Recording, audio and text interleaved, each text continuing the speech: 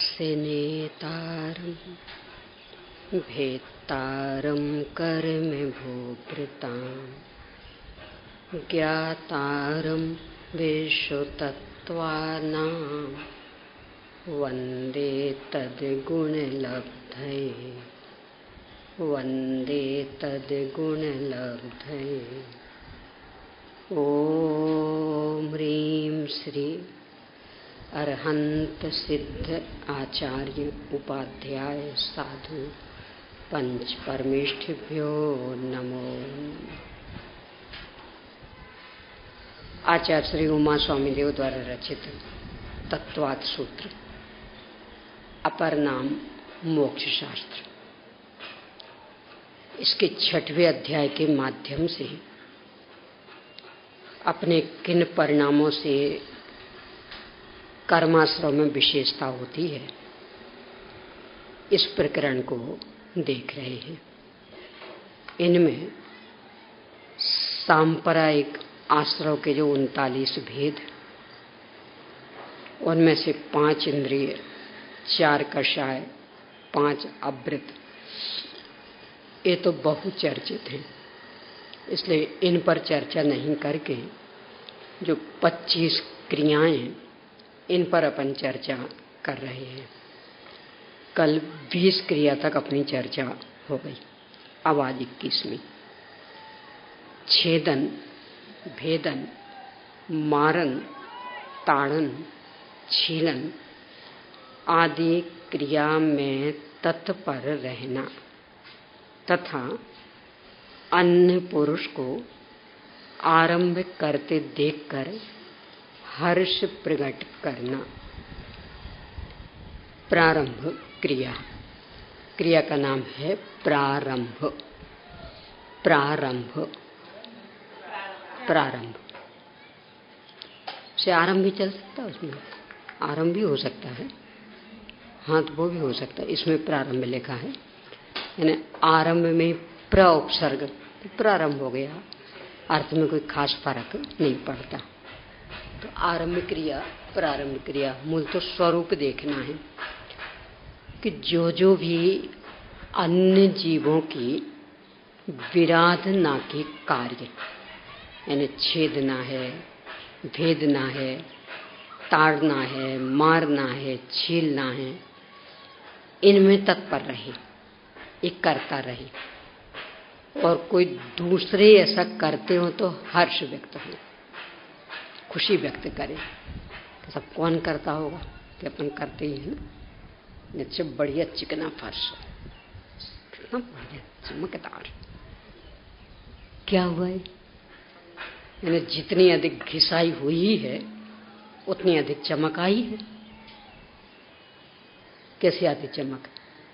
ये तो खैर कृत्रिम है तो कोई दिक्कत नहीं, यानी ये तो ढाल करके ही, पर जो संगमरमर आदि का पत्थर, जैसे आपको मान लो ये भी तो चिकना है, तो ये तो घिसाई से ही चिकनापन आता, यानी खूब घिसाई होती। और घिसाई में तो जितनी अधिक घिसाई होगी जीव उतने ही अधिक मरने हैं। नहीं, जितने वो मशीनों द्वारा होते, देखा होगा बड़ी बड़ी मशीनें आती हैं, बहुत चलती, तो उनसे घिसाई होती, तो उतने ही जीव मरने, और अपने को वो उतना ही अच्छा लगना। यानी जितना बढ़िया चिकना फर्श, जितनी चमक, संगमरमर के पत्थर पर जितनी अधिक चमक, ग्रेनाइट पर जितनी अधिक चमक, उतना बढ़िया। तो प्रसन्न हुए ना, यानी उन जीवों की चटनी पिस रही है और अपने को मजा आ रहा है। अब ऐसा हर चीज में लगा लेना, बर्तन आदि भी एक सामान्य स्टील भी रहता और एक ज्यादा चिकना, सामान्य रहता वो भी चिकना रहता, पर उसमें उतना अधिक पारदर्शीपना नहीं रहता, और जो ज्यादा ही पॉलिश वाला तो उस पर एकदम, यानी अपन देखें तो उसको दर्पण जैसा दिखे, इस तरह का। पसंद कौन सा आता अपने को? जितना सोचोगे ना, लगेगा कि कितना, जितनी अधिक हिंसा वाला सामान अपने लिए उतना अधिक पसंद है। रफ तो पसंद ही नहीं आती चीज, बढ़िया चिकनी चुपड़ी हर क्षेत्र में लगा लें, ये है ये प्रारंभिक क्रिया। एक तो स्वयं भी खूब खूब घिसाई करते रहेंगे और दूसरे कर रहे होंगे तो उनमें भी खूब प्रसन्नता, यानी असंख्य जीवों का मरण आदि और अपना मनोरंजन, अच्छा लगना, शांत। किसी का भी घर देख यानी गए हों किसी काम से और बढ़िया ऐसी फर्श अच्छे चिकने, जो भी पार्ट वगैरह एकदम चिकने, जो भी दीवार होते एकदम चिकनी। और आजकल इसीलिए तो ये कलर पसंद आने लगे। पहले जो पुतते थे बाद में शादी भी, तो उनमें इतनी चिकनाहट तो आती नहीं थी, इतना मुलायमपना भी नहीं रहता था। यानी अब है दीवार और दिखने में लगती है बिल्कुल मुलायम हो। तो पहले जो बारने शादी होते थे उनमें तो इतना मुलायमपन नहीं दिखता था और इतना चिकनापन भी नहीं रहता था। तो वो क्यों निकल गया? मात्र इसीलिए कि उतना चिकनापन नहीं, देखने में भी मुलायम नहीं लगता और ये चिकने भी रहते मुलायम भी लगते, इसलिए पसंद आए। और जबकि हैं कितने हिंसक, जब ये रंग कराते 5-7 दिन तक तो खड़ा होना मुश्किल हो जाए, कितनी बदबू आती। क्यों? सीधा बूचड़ खाने का माल रहता है तो वो वाली बदबू पूरी आती रहती। ने कितनी बदबू देखा हो, कभी तो करवाया होगा तो पता तो लगा ही होगा, अनुभव आया होगा। यानी कभी भी ये रंग कराते हैं तो 5-6 दिन तक तो खड़ा होना मुश्किल हो जाए, बदबू बदबू बदबू एकदम सड़ी हुई। ये भी जो है ना फेविकोल आदि से जो चिपकाते, फेविकोल में भी कितनी बदबू आती, क्योंकि पूरा बूचड़ खाने का माल। और अपने को यही पसंद आते, यानी ऐसे पार्ट हो ना, अरे सारे तो पुराने जमाने के, अब तो ये अच्छे प्लाईवुड का हो, सनमाइका का हो तो और बढ़िया। ऐसी लकड़ी वाले तो अच्छे ही नहीं लगते, क्यों? उतने चिकने कहाँ होते हुए। यानी जितनी अधिक असंख्य जीवों की हिंसा, उतना अधिक अपनी पसंद का पोषण, अपनी रुचि का पोषण। ये है आरंभिक क्रिया अथवा प्रारंभिक क्रिया। ऐसा हर चीज में लगाना, कपड़ों आदि में भी। यानी सूती ज्यादा पसंद क्यों नहीं आते? सब वो थोड़े खुरदते रहते, सिंथेटिक एकदम चिकने रहते हैं, इसलिए वजन में भी हल्के रहते, पसंद आते। और कोई कारण है? बस इतना सा कारण है, चिकने रहते, वजन में हल्के रहते, तो पसंद आ जाते। ये भूल जाते कि उनकी चिकनाई कितने जीवों के विघात का कारण बनी है। इतने क्यों, मारन ताड़न भी दिया ना, बाल आदि होते ना, पहले तो आंवला, सीकाकाई, नींबू, इनका मिक्सचर किया और धुल गए। ज्यादा हुआ तो काली मिट्टी, अरीठ, वो क्या बोलते हैं, अरीठा, वो डाल दिया, और ज्यादा हुआ तो काली मिट्टी। अब ये सब किसी को पसंद नहीं आते। अब तो क्या चाहिए? शैम्पू।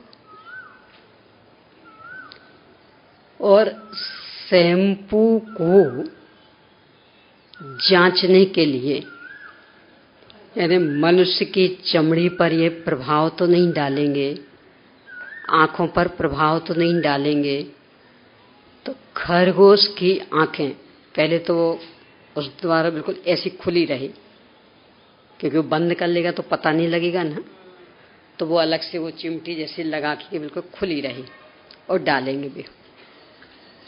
और कितने ही खरगोश अंधे हो जाते। और पशुओं का अंधा होने का मतलब, अपन तो कदाचित अंधे हो जाएंगे ना तो भी रोटियां मिल जाएंगी, कोई भी दे देगा, बल्कि और ज्यादा भावना बस कि भी अंधा है बेचारा। और पशुओं का अंधा होना मतलब कौन उनको खिलाए और कैसे बचेंगे भी। यानी यहीं से कोई हिंसक पशु आ रहा हो भी तो यहीं जा रहा, दिखता तो है नहीं उन्हें, यानी बिल्कुल मौत। उससे तैयार हुआ ये शैम्पू, यानी जांच वहां हुई और फिर, और अपने को बस वो ही पसंद आते। यानी अब सामान्य चीज से धुल जाए बाल, ये तो होते ही सबको ही, यानी अकेले बहनों को नहीं, भाइयों को भी वही पसंद आते शैम्पू, बड़ी अच्छी बढ़िया शैम्पू। कैसे धोते? साबुन से। बढ़िया, धन्यवाद। नहीं तो बस शैम्पू चाहिए। ऐसा हर चीज में लगा नहीं ना, तेल वगैरह जो है, पहले इतना बढ़िया अपना बस खोबरा का तेल लिया, पैराशूट वगैरह चल जाता था, कोकोनट का।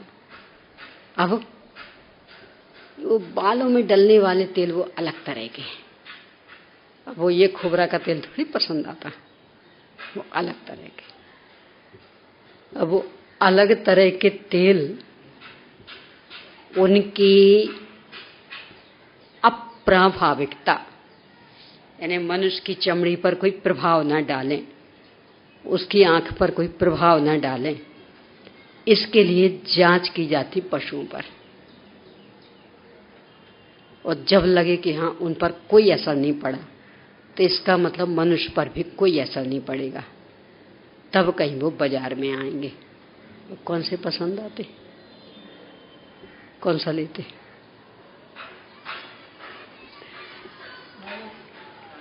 पैराशूट, बढ़िया। पर वैसे देखेंगे तो ये तेल ही किसी को पसंद नहीं आते आजकल। यानी नई पीढ़ी मतलब वो तर्क क्या देते, सब उससे वो बाल दबे दबे से रहते हैं। वो कैसे चाहिए, बिल्कुल उड़ते हुए वो बाल अच्छे, तो उड़ते हुए बाल रहे तो वो इन तेलों से तो वो दबे दबे रहते हैं, चिपके चिपके रहते, ये पसंद नहीं आता। यानी इन सब में जितना सोचोगे उतना कम निकलेगा। कि असंख्य जीवों का ये जो जितना दिया ना, छेदन, भेदन, मारन, ताड़न, छीलन, इन सब में लगा हुआ अपना उपयोग, और उसमें भी मजा। कितनी बढ़िया चीजें, कितनी मुलायम, कितनी सहजता से उपलब्ध, ये सब आरंभ या प्रारंभिक क्रिया। आपने श्रीमद जी को पढ़ा हो, उनके जीवन की घटना आती। ऐसे एक दिन बैठे थे खाली, तो सोचा माँ के काम में हाथ बटाएं, तो मर रसोई बना रही थी, तो बोले लाओ हम भी कुछ करें। तो दूध की सब्जी बनानी थी, तो माँ ने कहा इसको सुधार दो, तो उन्हें छुलनी उठाई हो दूध, और एक ही बार ऐसा किया और फिर भाव बदला, तो उसी छुलनी से जानबूझ के, धोखे से नहीं, मैंने पहले लौकी पर ऐसा किया और फिर उसी से एकदम लहूलुहान। माँ ने देखा बेटा ये क्या किया? मैं देख रहा था इन जीवों को कैसा लगता होगा, अपने जैसे जीव है ना, तो मैं देख रहा था कि मुझे कैसा लगता है, यानी मेरी चमड़ी छिलती है तो कैसा लगता, तो ऐसे उन असंख्य जीवों की भी छील रहे हम, तो उन्हें भी ऐसा लगता होगा। मैंने कहा बेटा रहने दे, तो जीमले साता से यही बढ़िया, तेरे बस की बात नहीं है रसोई बनाना। यानी इतनी उछलती हुई दया कि सब्जी छीलने में दिल दहल जाता था। ये तो जिनको अपन भक्ष्य कह रहे हैं उन चीजों की बात, वो अभक्ष्य का तो कहने क्या। और एक अपन आराम से बनाते थे, कोई लगते ही नहीं ऐसा। देखो मजबूरी अलग बात है, पर लगता भी है ऐसा क्या, यानी नहीं छोड़ पाए हमेशा, वो एक अलग बात। पर जब बनाते तो ख्याल में भी आता है कि संख्या तो संख्या जीव हैं, इनको मिक्सर में पीस रहे तो उन जीवों को पीस रहे, इनको किस रहे तो उन जीवों को किस रहे, धोखे से उंगली किस जाती है तो तड़प जाते हैं।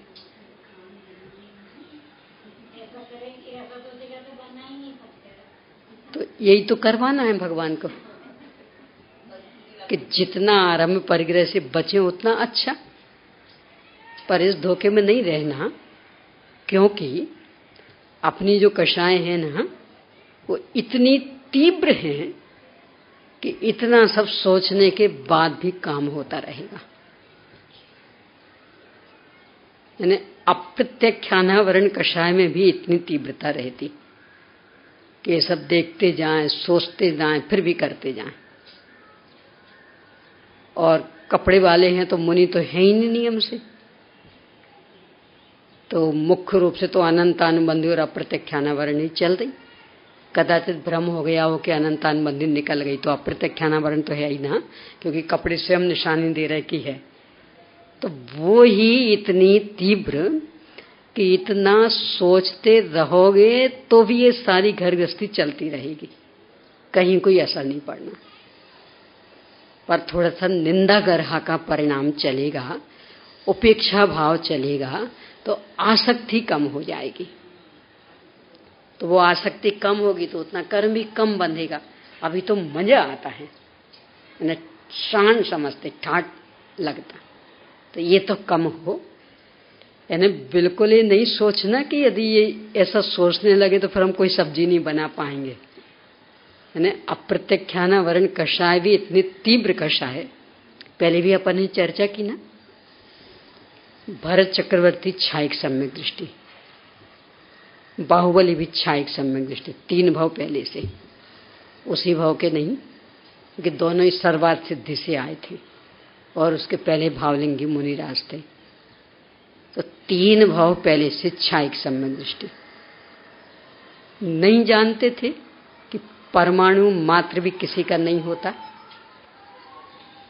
जानते थे कि नहीं? पंचेंद्रिय विषय भोगों की सामग्री में रंच मास सुख नहीं है, जानते थे कि नहीं? और फिर भी एक राज्य के पीछे आमने सामने आ गए। सामान्य सा सैधर्मी बात्सल्य भी कहाँ गया? एक सम्यक दृष्टि का व्यवहार दूसरे सम्यक दृष्टि के साथ कैसा होना चाहिए? उनने कैसा किया? नहीं, अपन तो यही तर्क नहीं, और कुछ नहीं तो कम से कम सम्यक दृष्टि तो थे कि नहीं थे। तो एक सम्यक दृष्टि का दूसरे सम्यक दृष्टि के साथ कैसा व्यवहार होना चाहिए था? तद्भव मोक्षकामी शला का पुरुष कैसा होना चाहिए था कि वो अप्रत्याख्यानावरण कषाय सब भुला देती और लड़ने मरने को तैयार हो जाएंगे। यानी कमजोर कषाय नहीं समझना, बहुत ताकत वाली है वो। छाये के सम्यक दृष्टियों की भी ये हालत कर देती, तो अपनी तो क्या ताकत है। तो ये विकल्प तो बिल्कुल ही नहीं रखना कि यदि हमने स्वीकार कर लिया और सब्जी बनाते समय ये विचार करने लगे तो फिर तो हम सब्जी खा ही नहीं पाएंगे। बिल्कुल चिंता नहीं करना, आराम से खाना, क्योंकि वो कषाय करवा देगी इतना। पर एक बार सोचेंगे तो परिणामों में अवश्य कुछ शिथिलता आएगी, यानी ढीले पड़ेगी कषाय, निंदा ग्रह का परिणाम जगेगा, आसक्ति कम होगी। तो ये भी कम नहीं समझना, कषायों को मंद करने के लिए बहुत कार्यकारी होगी। तो ये करें ऐसा हर चीज में। तो ये प्रारंभ क्रिया वाले पाप में कुछ तो कमी आएगी, परिणामों में कुछ तो विशुद्धि जगेगी। अगला देखें, 10 भेद वाले परिग्रह की रक्षा के लिए प्रवृत्ति करना पारिग्राह्य की क्रिया, यानी परिग्रह संबंधी पारिग्राह्य की, जैसे समाज से सामाजिक है ना, ऐसे तो परिग्रह से पारिग्राहिकी, स्त्रीलिंगी हो गया तो पारिग्राहिकी हो गया। क्या इसका स्वरूप कि 10 भेद वाले परिग्रह की रक्षा के लिए प्रवृत्ति। खेत है, मकान है, धन धान्य है, 2 पाए हैं, चौपाए हैं, वाहन है, शैया आदि है, वस्त्र है, बर्तन आदि, 24 घंटे बस इसकी संभाल में तो लग रहा जीवन। एक पारिग्राह की क्रिया, यानी मकान नहीं हो तो लेने में, और ले लिया हो तो संभालने में, बस इसमें जिंदगी जानी। वस्त्र बर्तन नहीं हो तो जोड़ने में, और जुड़ गए हो तो रख रखाव करने में। नौकर चाकर नहीं हो तो खोजने में, और मिल गए हो तो टिके कैसे रहे इसमें। वाहन आदि नहीं हो तो पहले लेने में, अब आ गया हो तो बस, तो पूरी जिंदगी बस इसमें बर्बाद हो रही। ये पारिग्राह की क्रिया, यानी 10 प्रकार का जो परिग्रह है, यानी जो असंख्य प्रकार का बाह्य परिग्रह है, उसको संकेत रूप में 10 भेदों में गर्भित किया। खास करके आचार्य पद्मनंदी स्वामी ने पंचविंशतिका में जो ये 10 प्रकार का परिग्रह बताया, उसमें अपने जीवन की सारी मूलभूत चीजें उसमें आ गई। क्या क्या बताते हैं? क्षेत्र मतलब खेत, यानी खेती करने के लिए लगने वाली जमीन। वास्तु यानी मकान। फिर धन, तो धन में ये सब, यानी रुपया, पैसा, सोना, चांदी, हीरा, माणिक आदि सब धन। और धान्य यानी गेहूं, दाल, चावल आदि सब है धान्य। फिर 2 पाए और चौपाए, यानी 2 पैरों वाले मतलब मनुष्य, तो उसमें अपना पूरा परिवार, पूरा कुटुंब, नाते रिश्तेदार, नौकर चाकर आदि, ये सब, इन सब का एक नाम 2 पाए मतलब 2 पैर वाले। चौपाए 4 पैर वाले, तो अपने पालतू पशु हैं, घोड़ा गाड़ी वगैरह है, ये सब, तो ये चौपाए 4 पैर वाले। फिर वस्त्र बर्तन, वस्त्र में सभी प्रकार के वस्त्र, चाहे वो पहनने के हों चाहे ओढ़ने के, कोई से भी हों, सब एक। और बर्तन, सभी प्रकार के बर्तन। और फिर इसके बाद उठने बैठने सोने के स्थान, यानी कुर्सी है, टेबल है, सोफा सेट है, पलंग है, तखत है, ये सब। और यातायात के साधन, यानी बिल्कुल छोटी सी स्कूटी से लेकर के और एरोप्लेन तक हो, और भी आगे जाते हो यदि तो उस तक भी, ये सारे, तो ये यान वाहन, यानी शैया आसन में सोने उठने बैठने के सारे साधन, और यान वाहन में यातायात के आवागमन के साधन, ये 10 उन्हें लिए। तो क्या छूटा इनमें? सब कुछ आ गया। अब इनके ही जोड़ने और जुड़ गए हों तो साथ संभाल करने, इसमें अपना उपयोग लगाना, इसका नाम है पारिग्राहिकी क्रिया। अपन देखेंगे तो इसमें भी कितना सारा जीवन जाता संभालने में। और आश्चर्य तो ये, कम करना पड़े तो बुरा लगता, ज्यादा करना पड़े तो मजा आता। यानी 2-3 ही साड़ियां होना, उतनी संभालनी पड़ेंगी। मान लो इन्हीं गिनी 3 साड़ियां आपके पास, तो 3 ही संभालनी पड़ेंगी। तो 2 दिन की पहनने की हो जाएंगी, यानी एक आज की एक कल की, एक रखी रहेगी बैग में, बस उतना ही भार तो रहेगा ना। तो कैसा लगता? हे भगवान, मात्र 3 ही साड़ी बैग में, बस अकेली ये कही। अब वो धीरे धीरे बढ़ी और बैग भरने लगा, 50 साड़ियां हो गई। अब कितनी संभालनी पड़ेंगी? क्योंकि पहनोगे तो एक दिन की एक, दूसरे दिन की एक, तो रोजमर्रा में तो दो ही मुख्य रहेंगी भाई। आज पेन तो कल धुल जाएगी, कल दूसरी, और फिर एक परसों के काम आ जाएगी। तो मुख्य रूप से तो दो ही निकली रहेंगी, बाकी वो बैग में। अब कितनी संभालनी पड़ेंगी? 50। तो अब मजा आता। हाँ अब कुछ है, पहले तो इन्हीं तीन ही साड़ियां थी, अब कुछ है। किसमें मजा आया? अब ऐसी बर्तन में ले लो, मान लो इन्हें गिने 3-4 प्राणी, तो 4-5 थालियां हैं, 4-5 गिलास हैं। कैसा लगता? तो इतनी बड़ी बड़ी अलमारियां सब खाली पड़ी हैं, अच्छा नहीं लगता। अब धीरे धीरे भरना शुरू किया और भर गई सब। 20-20, 25-25, 30-30 सेट, पूरे सेट जमा लिए। अब देख देख के अब कुछ है, मिला क्या? काम में तो कभी कभार आएंगी, यानी 4 प्राणी हैं तो रोज की तो 4 थालियां होंगी, 4 गिलास होंगे, बाकी तो बस शोकेस में रखे रहेंगे। पर संभाल तो करनी पड़ेगी क्योंकि धूल आदि तो चढ़ती है। अब वो काम मिला और अपने को खुशी।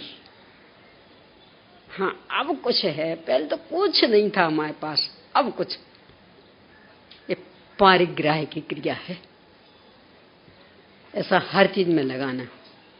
पहले मकान बिल्कुल छोटा सा, वो भी किराए का, बस एक छोटा सा कमरा,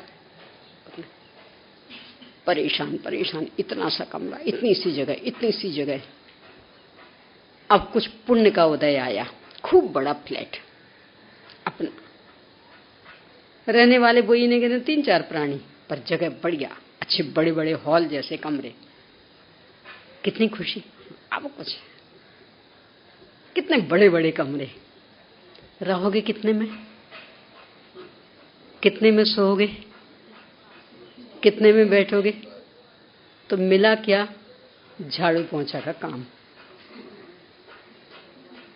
यानी जड़ को संभालने का काम मिल गया और उसको लेके खुश हो रहे हैं। कितना बड़ा मकान देखो हमारा, एक एक हॉल जैसे कमरे, छोटे छोटे कमरे नहीं है। तो क्या मिला है? हॉल जैसे कमरे भी होंगे तो भी मान लो 5-5.5 फुट लंबाई, कितने में सोओगे? नहीं, कमरा तो हॉल जैसा है, कितने में सोओगे? और बिल्कुल छोटा भी होता, 10 फुट बाई 10 फुट का ही कमरा होता, तो कितने में सोते? यानी जितनी लंबाई चौड़ाई शरीर की होगी, जगह तो उतनी घेरेगी ना। हाँ, तो बाकी अपने को क्या मिला? पर मजा आता इकट्ठा करने में, साथ संभाल करने में। ये है पारिग्राह की क्रिया, यानी चेतन की नौकरी छोड़ के जड़ की नौकरी में मजा आने लगा। जड़ पर झुक झुक जाता चेतन, की मारदव की खंडित काया। ये पारिग्राह की क्रिया। अगली माया क्रिया। ज्ञान दर्शन आदि के विषय में अन्न को ठगने के लिए कपट रूप उपाय करना माया क्रिया। ज्ञान दर्शन आदि के विषय में अन्न को ठगने के लिए कपट रूप उपाय करना। करता होगा कोई? कभी भोजन करते करते नींद आई? आई कभी? कभी नहीं आई। रुपए गिनते गिनते भाई लोगों को कभी नहीं आई। नहीं, बहुत थके हो, मान लो इकलौते एक बेटे की शादी थी और कोई संभालने वाला नहीं था, सारी जिम्मेदारी आपके ऊपर थी, तो लगातार 5-6 दिन से बिल्कुल भी नहीं सो पाए थे। तो अब तो आज भोजन करते करते नींद आ जाएगी ना, 6 दिन की जगह है, आ जाएगी ना? भोजन करते हुए नहीं आएगी, और स्वाध्याय सुनते हुए ये है अन्न को ठगने रूप क्रिया। और कोई पूछे क्या बात, नींद आ गई? हाँ साहब, वो कल वो काम था ना घर में, विश्राम नहीं कर पाए इसलिए। तो वहां शादी के माहौल में 6 दिन से नींद नहीं निकाली थी, तो भोजन करते हुए क्यों नींद नहीं आई थी? भाई बता रहे थे ना, जैसे आवास व्यवस्था में 8-8 दिन तक सोते नहीं थे, तो फिर 9वें दिन तो जब भोजन को बैठते होगे तब तो नियम से नींद आ जाती होगी ना। क्यों 8 दिन से लगातार नहीं सोए आती? और स्वाध्याय सुनने बैठते तो तब तो अभी भी आ जाएगी। ये अपन अपने को ठग रहे और दूसरों को ठग रहे। यानी जिसकी तीव्र रुचि है तो कितनी ही थकान हो तो भी नींद नहीं आएगी, और रुचि नहीं है तो खूब सो करके आए हो तो भी नींद आ जाएगी। और फिर यदि कोई पूछेगा कि ऐसा क्यों, तो ये नहीं कहेंगे कि सब रुचि नहीं है ना इसलिए। क्या कहेंगे? नहीं, वो ऐसा ऐसा हो गया था ना इसलिए। यानी किसकी गलती दिखेगी? अपनी गलती दिखने वाली नहीं है कि नहीं वो ऐसा हो गया ना इसलिए थक गए हैं थोड़े ज्यादा आज इसलिए। पर वहां तो और ज्यादा थके हुए थे ना, तब क्यों नहीं आई? ये माया क्रिया है।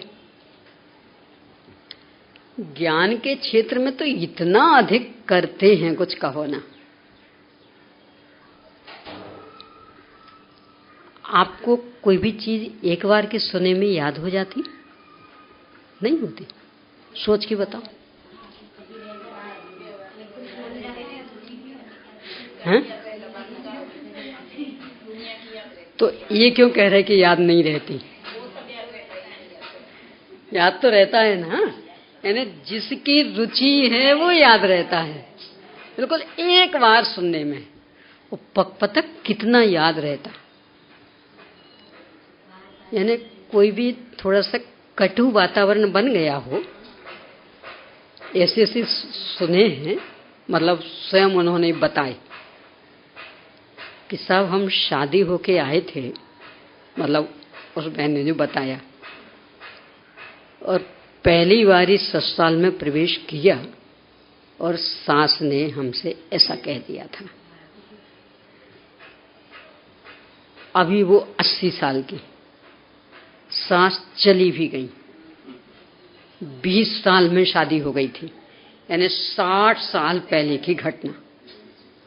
और जब वो बताती तो बिल्कुल ऐसी कि जैसे अब भी घटी हुई हो, इतनी तरोताजा। याद नहीं रहता? रहता नहीं रहता याद। और इतनी बोले वो सासू बाई चली गई, पर जाते जाके चली गई वो, पर वो घटना आज तक हम नहीं भूल पाते, ऐसा कह दिया था। तो स्मरण शक्ति इतनी अच्छी कि 60 साल पहले की घटना और बिल्कुल ऐसे जैसे अब भी घटी हो। नहीं है ना स्मरण शक्ति? और यहां का पूछे सब क्या करें, याद नहीं रहता ना हमें, तो बुद्धि अच्छी नहीं है। नहीं है ना बुद्धि अच्छी।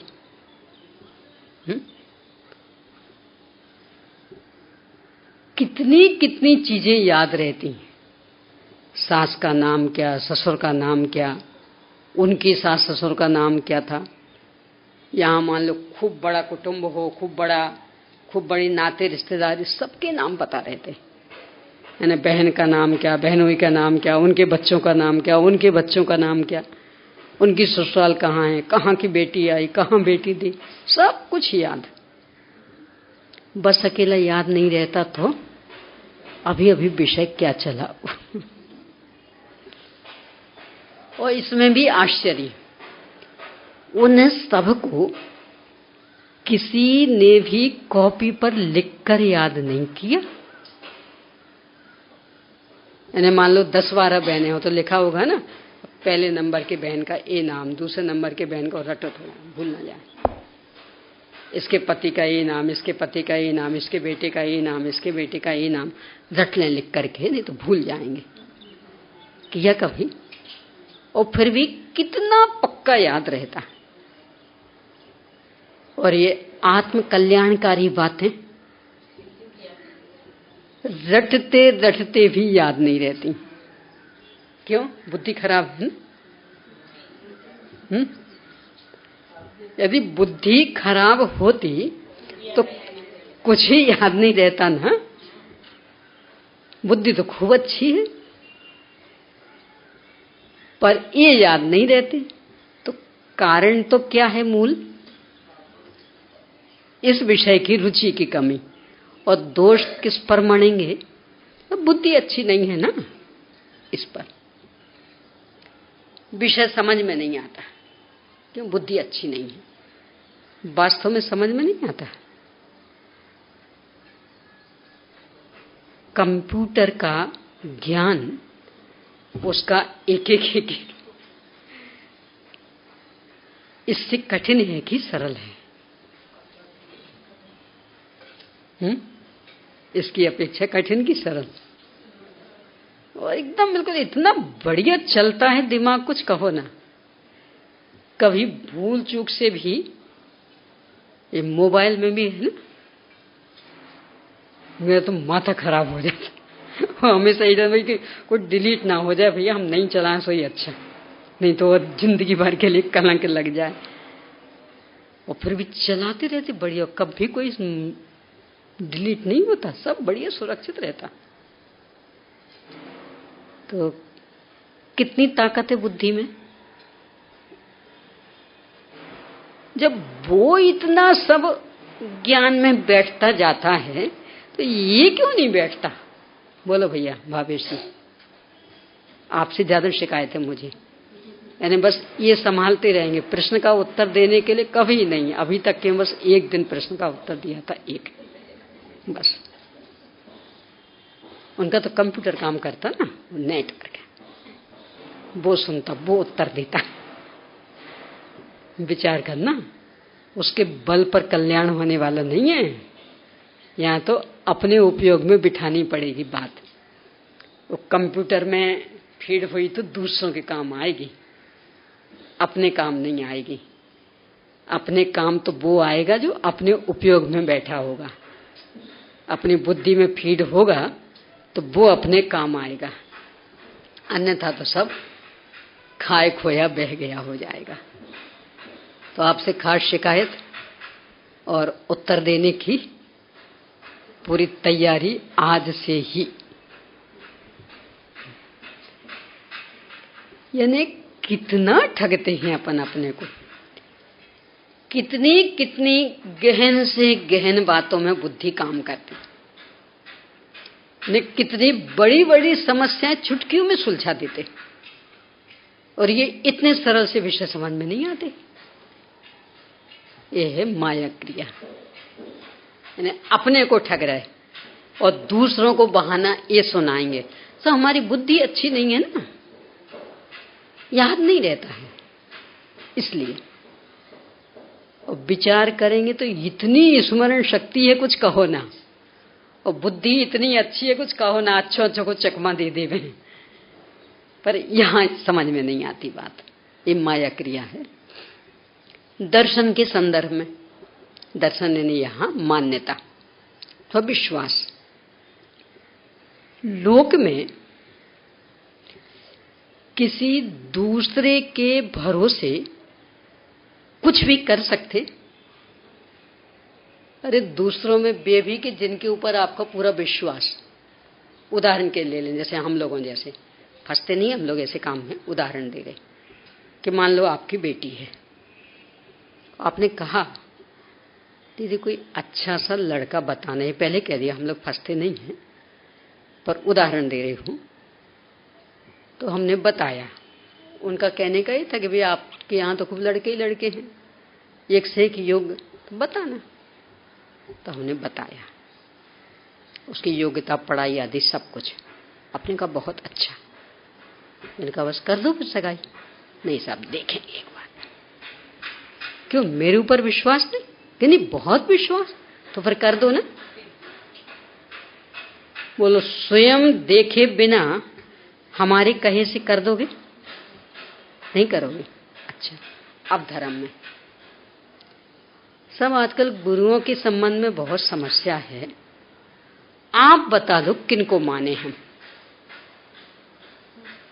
क्योंकि नहीं माने तो आफत और माने तो आफत। नहीं माने तो यहां वहां से आवाज आती, बिना गुरु के तो निगुरा है ये लोग, महाराजियों को नहीं मानते ये वो, और माने तो दिखता तो कुछ है नहीं, बड़प्पन जैसा। तो माथा झुकाने में स्वयं ही एक लगता है किसके सामने माथा झुकाएं। तो आप बता दो हम किसको माने। तो वो लड़का हमने बताया था ना, स्वीकार कर लिया था। तो यहां फिर क्यों नहीं, आप बता दो बस। इन्हें लौकिक काम में कितना ही भी आपका श्रद्धास्पद व्यक्ति हो और वो बताए तो भी अपनी बुद्धि लगा के देखेंगे, तब कहीं बात आगे बढ़ेगी। और धर्म के काम में बाबा वाक्यम प्रमाणम। बस आप बता दो, आप जहां झुकते हो हम वहां झुक जाएंगे। आप जिनको श्रेष्ठ मानते हो हम उन्हें श्रेष्ठ मान लेंगे। ये दर्शन के संदर्भ में माया क्रिया। लोक में तो इतने सतर्क, तो एक नींबू खरीदना हो ना, एक नींबू मुश्किल से 2 रुपए का आता होगा। कितने का आता होगा उदाहरण समझना, उतने से का। और कदाचित उल्टा सीधा आ जाएगा तो एक ही बार का तो बिगड़ेगा ना, कोई वो टिकने वाला थोड़ी है एक नींबू। तो जो भी गड़बड़ हो गया तो एक ही बार की सब्जी बिगड़ेगी ना, एक ही बार का शरबत बिगड़ेगा ना। तो भी उस एक नींबू के खरीदने में जितनी अपने में बुद्धि पूरी लगा देंगे, यानी वहां 5 नींबू देखेंगे उसमें से वो एक नींबू छटेगा, लगाएंगे कि नहीं पूरी बुद्धि। और जबकि नुकसान हुआ तो मात्र 2 रुपए ही जाएंगे और एक बार का ही शरबत बिगड़ेगा, तो भी अपनी पूरी बुद्धि लगा देंगे। और देव शास्त्र गुरु के निर्णय में उसमें दोस्त आप बता दो, आप जिनको मानते होंगे हम मान लेंगे, वहां अपनी बुद्धि का प्रयोग नहीं। ये दर्शन संबंधी माया क्रिया, यानी लोक में बिल्कुल नहीं चलेगा दूसरों के द्वारा बताया हुआ, हम अपनी बुद्धि से निर्णय करेंगे। अब है कि नहीं वो अलग बात है, पर फिर भी लगाएंगे तो बोलो 1.5 आया बन के, यानी भले नहीं हो बुद्धि तो भी 1.5 अकल हमारे पास है और इसके बल पर लगाएंगे। और जबकि ये जानते हुए भी कि कदाचित बिगड़ गया तो कितना सा बिगड़ना है, कितना दिन तक ये चीज टिकने वाली। और यदि अपने संदर्भ में कहीं गड़बड़ी हो गई तब तो 1-2 भाव नहीं, भाव भवांतर। और उसके संदर्भ में आप बता दो, आप जो बताएंगे ना हम सही मान लेंगे। यानी 1-2 दिन के लिए तो इतने संवेदनशील कि हम अपनी बुद्धि से परीक्षण करेंगे। और जिन चीजों का संबंध अनेक अनेक भाव के साथ जुड़ा हुआ है उनके संदर्भ में किसी को भी पकड़ी आप बता दो, आप जो बताएंगे बस हम उनके लिए ही समर्पित हो जाएंगे। ये दर्शन संबंधी माया क्रिया विचार करोगे तो लगेगा कितना है ऐसा अपने में। यानी ज्ञान को लेकर के भी कितना ठगते हैं और दर्शन को लेकर के भी कितना ठगते कि सब आप उनको नमस्कार कर लेते, हाँ उसमें क्या होगा, ये भी तो करते, और ये तो हमसे बहुत पढ़े लिखे हैं। मोक्ष मार्ग प्रकाशक में इस तरह का प्रश्न उठाया 5वें अध्याय में, पढ़ लिया ना 5वां अध्याय। क्यों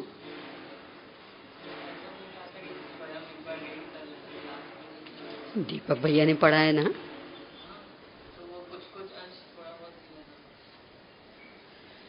स्वयं भी नहीं पढ़ा तो समय बीत गया, अब क्या करना, बोझ होता। उसमें एक जगह प्रश्न खड़ा किया बिल्कुल ऐसे, यहाँ है क्या, पढ़ के बात सुनाओ तो और मजा आएगा। तो प्रश्न ऐसा ही खड़ा किया कि आप कोई ज्यादा पढ़े लिखे हो गए हो, यानी इतने बड़े बड़े विद्वान राजा महाराजा और वे सबको स्वीकार करते हैं और आप कहते गलत गलत, तो आप उनसे भी ज्यादा बड़े हो गए क्या। इतना बढ़िया उत्तर दिया कि भैया बड़े छोटे का सवाल नहीं है, अनादि से ही जीवों को खोटे मार्ग की वासना है, तो जो इनमें लगाते हैं उनमें लग जाता है। और इतना ही नहीं, अनादि से ही विषय वासना इतनी अधिक कि सबकी निंदा सुनकर के भी प्रवृत्ति करता। तो यदि उन प्रवृत्तियों को धर्म ही बताता हो कोई, तो फिर हम उसे क्यों स्वीकार नहीं करेंगे। देखिए यहां से पढ़ते हैं, मोक्षमार्ग प्रकाशक का 5वें अध्याय का पेज नंबर 124, 124, 124 पेज। यहां कोई कहे ये मत मिथ्या है, तो बड़े राजादिक व बड़े विद्यावान इन मतों में कैसे प्रवर्ते हैं। उनमें आप जितनी भी अक्ल नहीं थी। आप करें गलत गलत गलत, और हम तो इतने बड़ों बड़ों को देखा, तो वे आपसे भी कम बुद्धि वाले थे क्या। उत्तर, जीवों के मिथ्या वासना अनादि से है। वो मार्ग उन्हें अच्छे लगने लगे, उसका कारण कि जीवों के मिथ्या वासना अनादि से है, सो इनमें मिथ्यात्व ही का पोषण है। यानी जो हमें अच्छा लग रहा वही उसमें बताया है, एक कारण। दूसरा, तथा जीवों को विषय कषाय रूप कार्यों की चाह बरतती है, सो इनमें विषय कषाय रूप कार्यों ही का पोषण है। यानी जो हमें अच्छा लग रहा वही उसमें बताया। तथा राजादिकों का व विद्यावानों का ऐसे धर्म में विषय कषाय रूप प्रयोजन सिद्ध होता है, इसलिए वे इसमें लग जाते हैं। अब और कारण, तथा जीव तो लोक निंदपना को भी लांघ कर, यानी पता है कि ऐसा हम करेंगे तो लोक में बहुत निंदा होगी, तो भी कुछ भी हो हमें तो करना, पाप भी जानकर, यानी लोक निंदपना भी और पाप भी, जिन कार्यों को करना चाहे उन कार्यों को करते धर्म बतलाएं, तो ऐसे धर्म में कौन नहीं लगेगा। यानी हम तो थोड़े से इसलिए बच रहे थे कि सब लोक में निंदा होगी, पाप लगेगा। अब कोई धर्म, अरे निंदा नहीं है तो धर्म का काम होता है, इसमें पाप का क्या सवाल है, तो धर्म का काम, तो फिर कौन नहीं लगेगा। इसलिए इनमें प्रवृत्ति हो जाती है। कितना स्पष्ट है। यानी इस तर्क के लिए कहीं अवसर नहीं कि सब आपको एक गलत दिख रहे, वे तो आपसे ज्यादा पढ़े लिखे, उनको गलत नहीं दिख रहे कि वो इसलिए गलत नहीं दिख रहे। यहां यदि आपने दूध मंगाया, उबाल के रख दिया, ठंडा हो गया तो मलाई निकाल ली, अब कोई आके मलाई खा जाए, कैसा लगेगा? क्या कहोगे उसे? क्या कहोगे? अब जो हमारे आदर्शों वो ये करें तो फिर हम क्यों बचेंगे?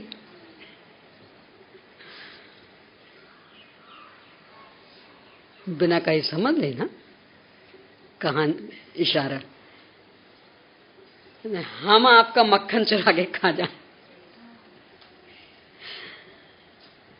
और जिनको हम पूछते हो वे ही खाएं, तो कोई कहे आप क्यों कर, अरे हमारे तो आदर्श करते हैं और वे तो धार्मिक, तो जब वे करते तो हम क्यों नहीं करें? तो अब क्यों संख्या नहीं बढ़ेगी? यानी थोड़ा बहुत डर लग रहा था कि नहीं, काम गलत, ये काम गलत, ये काम गलत, पर अब यदि हमें वैसे ही आदर्श मिल गए कि अरे भगवान ही ये कर रहे, तो अब क्या का डर? तो और खुली प्रवृत्ति करेंगे। कोई भाई हैं, अन्य बहनों के साथ थोड़ी सी हंसी मजाक करते हो, थोड़ा लगे नहीं ये अच्छा नहीं, और यही कहा जा रहा है, धर्म के नाम पर रासलीला तो मजा वाली चीज है ना। भगवान ने रासलीला मनाई, तो अब वो धर्म हमें अच्छा क्यों नहीं लगेगा? और ये कि नहीं, अन्य की बात नहीं करना, अपने में भी तालियां बजाना, हाथ उठा उठा करके अच्छा लगता हूं, पर थोड़ा सा प्रतिबंध था। नहीं, मंदिर में नहीं, मंदिर में नहीं, मंदिर में नहीं। अब स्वयं ही नहीं, ताली बजाओ, ताली बजाओ, दोनों हाथ ऊपर करके ताली बजाओ, ताली बजाओ, नाचो सब एक साथ। कि सब मंदिर में? हाँ, भक्ति है ना, भगवान की भक्ति।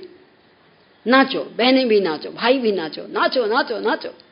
क्या वो बोलते, गाना बोलते ना, नाचो नाचो नाचो, बहना भी नाचो, भैया भी नाचो, नाचो नाचो नाचो। अब किसको मजा नहीं आएगा उसमें? यानी हमें पहले से उसकी रुचि थी, पर थोड़ा सा लगता था नहीं, ये काम गलत है, अच्छा नहीं। अब जिनको हमने अपना आदर्श मान लिया और वे ही ऐसे काम करने को प्रेरित करें, तो अब हम पीछे क्यों हटेंगे? इसलिए ऐसे दुष्कर्मों की प्रवृत्ति चल पड़ती। इस पैराग्राफ को पढ़ना और जितना सोच सको उतना सोचना, और अपन इसमें कितने सहभागी होते इस दृष्टि से भी सोचना।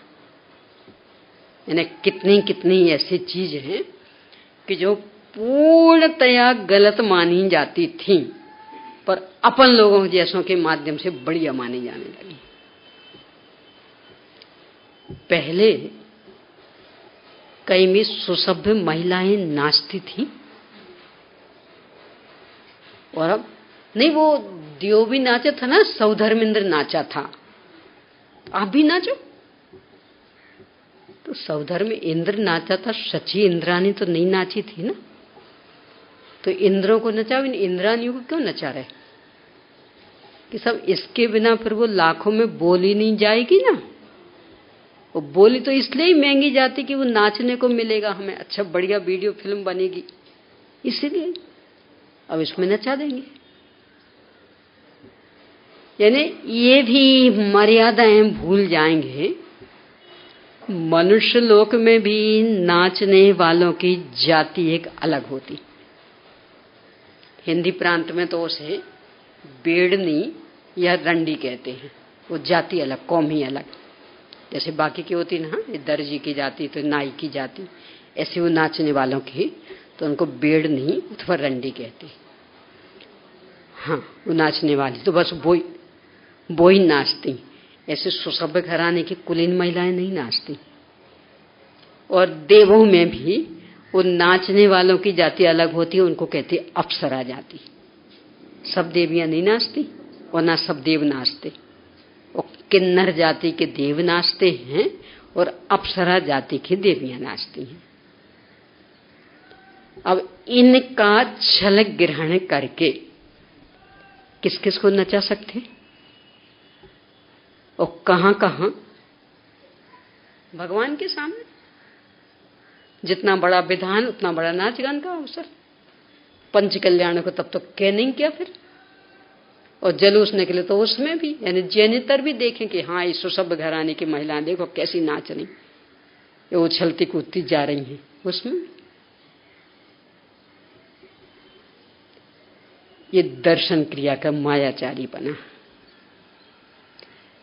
यानी लोक मर्यादाओं को भी तोड़ देते, ये भी भूल जाते कि कुलीन घराने की महिलाएं ऐसा काम नहीं करती।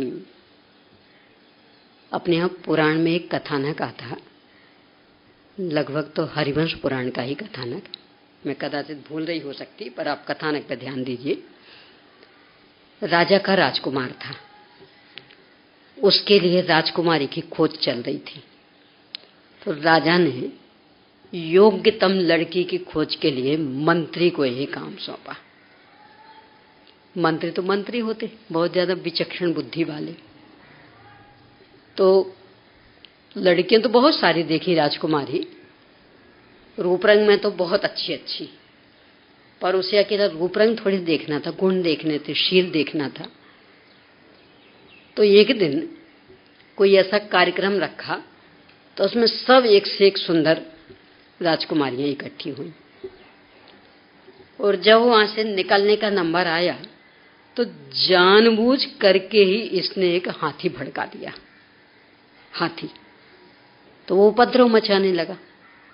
तो अब जो वो बाहर निकलने की दौड़ी, एक लड़की नहीं दौड़ी, एक राजकुमारी ही नहीं दौड़ी, वो अपने धीरे धीरे जा रही थी।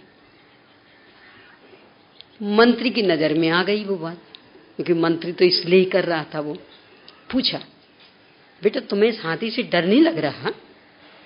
इतना उपद्रव कर रहा है, तुम्हें सूंड में फंसा के गिरा देगा तो ये कुछ भी हो तो दौड़ के भाग जाओ ना। दौड़ेंगे नहीं। क्यों? दौड़ना ये उच्छृंखलता की निशानी होती। ये कुलवान सुशील कन्याओं के लिए महाबेइज्जती का काम होता। मंत्री को ऐसी लड़की चाहिए थी, आखिरकार वो रानी बन गई। यानी सड़क पर दौड़ना, अन्य लोगों के बीच में दौड़ना इतना बुरा माना जाता कि मौत की कीमत पर भी दौड़ना नहीं। और अपने को तो सड़क पार करना हो तो भी दौड़ नहीं अच्छा लगता। अरे दौड़ना तो और भी रिस्क भरा रहता है। ट्रैफिक वाली सड़क पर ना कभी किसी का हाथ पकड़ के चलना और ना दौड़ के चलना, एक ट्रैफिक के नियमों में आता। क्यों? क्योंकि इतना तो पता कि रहता एक तरफा है। यानी यदि यहां से आ रही होंगी गाड़ियां तो सब आ ही रही होंगी, यहां से कोई जा नहीं रही होगी, तो अकेले अकेले होंगे तो आप आराम से बच जाओगे।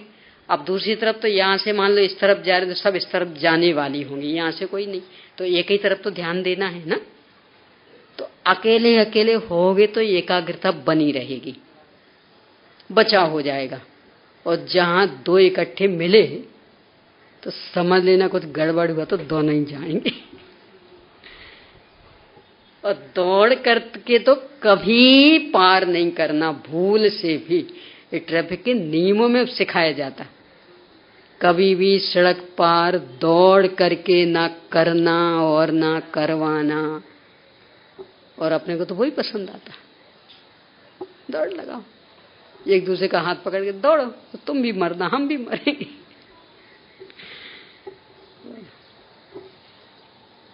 यानी सामान्य जो शील की मर्यादाएं हैं, क्योंकि दौड़ने में कोई ठिकाना रहता क्या? कहाँ साड़ी उड़ रही है, कहाँ क्या हो रहा है, कोई ठिकाना रहता? अरे सीधे सीधे चलते हुए भी जब थोड़ी सी हवा चलने लगती, उसमें ही ठिकाना नहीं रहता, और फिर अपन दौड़ ही लगाएं तो कहाँ मर्यादाएं रहेंगी?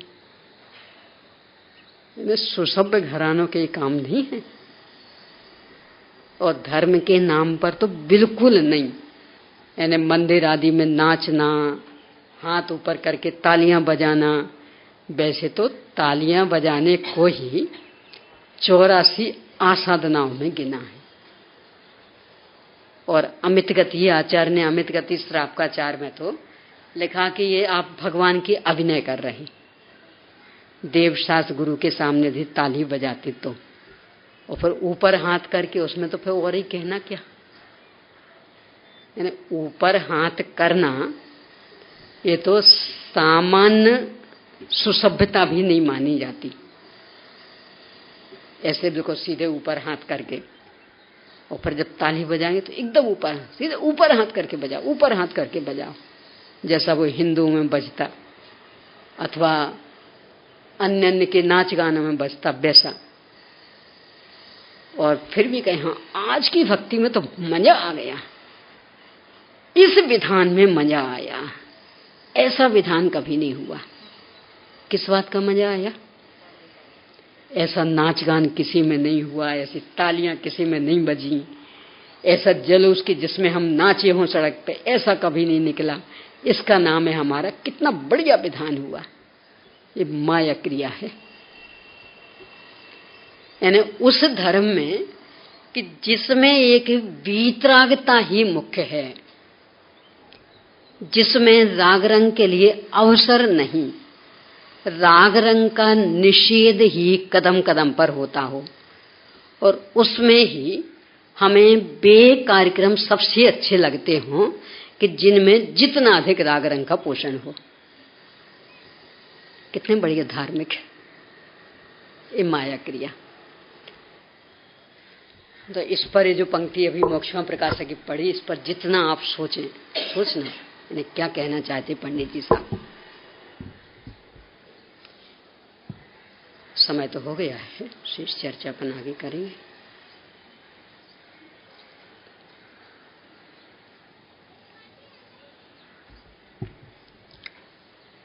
चलिए प्रश्न लिख लीजिए। प्रारंभिक क्रिया और पारिग्राहिकी क्रिया को स्पष्ट कीजिए।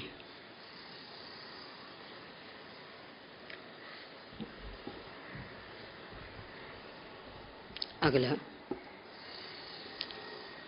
माया क्रिया को स्पष्ट करते हुए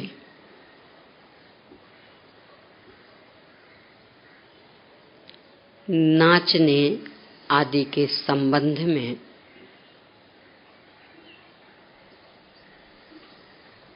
अपने भाव स्पष्ट कीजिए।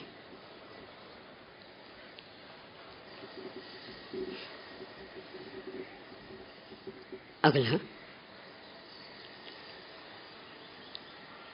अन्य अनेक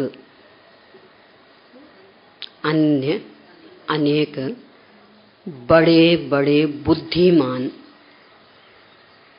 विद्वान राजा आदि भी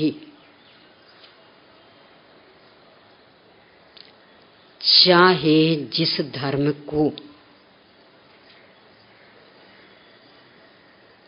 अच्छा मानकर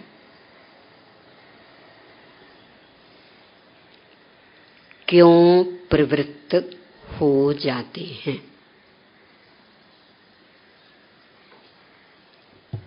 इसे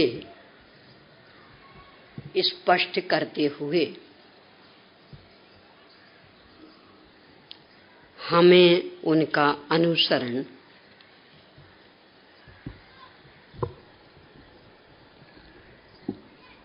क्यों नहीं करना चाहिए,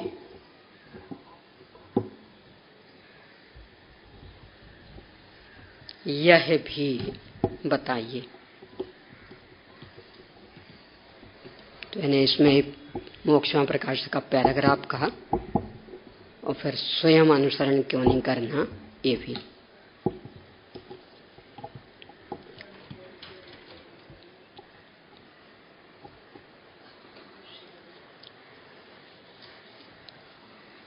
समाधि मरण के लिए कुछ दिशा निर्देश दीजिए।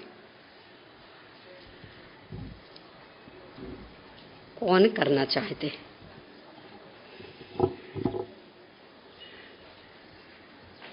यदि थोड़ी व्यंग्यात्मक भाषा में कहेंगे ना तो कहेंगे पहले दर्पण में चेहरा देख लो। जिनका जीवन समाधि युक्त होगा तो मरण समाधि वाला हो सकता है, और जीवन में हाय हाय चलती हो, यानी थोड़ी सी भी अनुकूलता प्रतिकूलता हृदय को हिला डालती हो, तो समझ लेना समाधि संभव नहीं। क्यों? जीवन जागरूक दशा का नाम, और इसमें हम अपने परिणामों को नहीं संभाल पाए तो जहां हर तरह से प्रतिकूलता आएगी, यानी शरीर भी कदम कदम पर जवाब देगा, वहां परिणामों को कैसे संभालेंगे? यदि वास्तव में समाधि की साधना करना चाहते तो जीवन को समाधि वाला बनाएं, समता वाला बनाएं, और इसके लिए कुछ बातों का ठोस निर्णय और उनका निरंतर चिंतन मनन, वो आवश्यक। जैसे शरीर रोगों का घर है, कितना ही इलाज करें ये ठीक होने वाला नहीं। तो ये निर्णय जितना ठोस रहेगा, आप अस्पतालों से, डॉक्टरों के चक्कर से उतने बच पाएंगे और तब कहीं समाधि हो पाएगी। अस्पतालों में समाधि होने वाली नहीं है और डॉक्टर समाधि नहीं करवाएगा। वो तो उल्टा ही कहेगा, आजकल तो और ही गजब, वो वेंटिलेटर पर लिटा देंगे और डराएंगे धमकाएंगे, देखो यदि ले गए ना हम फिर बस यहां से निकाला और अपन भी चूंकि आशा है रखे रहोगे। और आजकल तो इतना कई कैसे केस सुने, अपने को भी ख्याल में आ गया कि चला गया है, पर वहां तो पैसे भी ऐंठने के लिए अवसर ना, तो बराबर लक्षण ख्याल में आ रहे, पर कह रहे नहीं तो वेंटिलेटर पर थोड़ी राहत मिलती ना, इसलिए। और 2 दिन तक रखे रहे और पूरे जितने भी पैसे वो कमाना चाहते थे, उल्टे सीधे इंजेक्शन लगा के, ये करके वो करके, और अच्छी बड़ी रकम की लिस्ट बना के दे दी, करो इतनी जमा। और जब जमा कर दी तब कहा गए वो तो ले जाओ। यानी स्पष्ट लक्षण ख्याल में आ गए थे 2 दिन पहले कि गए, पर वो मानने को तैयार नहीं कि गए। मानने को मतलब बताने को, पता तो उन्हें भी लग गया था, पर इतनी मोटी रकम मिल नहीं सकती थी ना। फिर ऐसी जिनकी सोच होती जा रही हो, प्रवृत्ति होती जा रही हो, उनकी शरण लेने का मानस अपना बना रहे, और फिर चाहे समाधि हो जाए, हो सकती। तो पहले तो मानस ये बने कि किसी भी कीमत पर हमें अस्पताल में मरना ही नहीं है। कब नहीं मरेंगे कि कितना ही भयंकर से भयंकर बीमारी आदि हो, पर संकल्प अपना रहे हम तो नहीं जाएंगे, जो होगा यही होगा। और दृढ़ संकल्प, क्योंकि उस समय तो परिवारजनों का भी बहुत फोर्स रहता, अब कितने दिन पड़े रहोगे, कैसे करोगे, हम कहां तक सहें, कि बेटा तुम्हें हमारी भैयावृत्ति करनी हो तो करो और नहीं करनी हो तो मत करो, हम बिल्कुल शिकायत नहीं करेंगे, पर वहां तो नहीं जाएंगे हम, जो भी हमारा होगा यहां होगा। और परस्पर में एक सहधर्मियों का संगठन करें तैयार, कि उनकी मानसिकता ही इस तरह की हो जाए कि जब भी कोई ऐसा प्रसंग बने तो वे संभालें, बेटे बहूओं पे जिम्मेदारी नहीं छोड़ें, वे आके संभालें। और एक वातावरण ऐसा बना है कि जिसमें बस स्वयं के भेद विज्ञान की चर्चा, आत्मानुभूति की चर्चा, शरीर तो बीमारियों का घर ही है, हर कीमत पर छूटना ही छूटना, ये सारी चर्चा। तो आखिरकार वो बेटे बहू को भी सुनते सुनते लगे कि ठीक है हम नहीं जाते तो क्यों जिद करना, सत्य तो ये है। तो कदाचित सहयोगी बन जाएं, कदाचित नहीं भी बने सहयोगी तो कम से कम बाधक तो नहीं बनेंगे। क्यों, उनके ऊपर कोई जिम्मेदारी सौंपी नहीं है आपने, सहधर्मियों ने सारा संभाल लिया, तो वे कहेंगे ठीक है करें। तो इस तरह का एक माहौल बना है, वो चिंतन धारा ये रही। यानी डॉक्टर वैद्य हर तरह से इसमें असरण प्रतीत हो, और जब खूब अच्छे से होश में हैं तब से ही घर में सबसे कहना शुरू कर दें और लिख करके भी रख दें। कदाचित बेहोश हो जाएं हम तो भी अस्पताल नहीं ले जाना है, कोई बोतल आदि नहीं चढ़ाना है, घर में ही आप करना। होश में हो तब तो संबोधन दे नहीं, और नहीं हो तो आप अपने परिणामों की स्थिरता के लिए पर वातावरण यही बनाना, बाकी और कुछ नहीं। इसके बल पर ही हो पाएगा।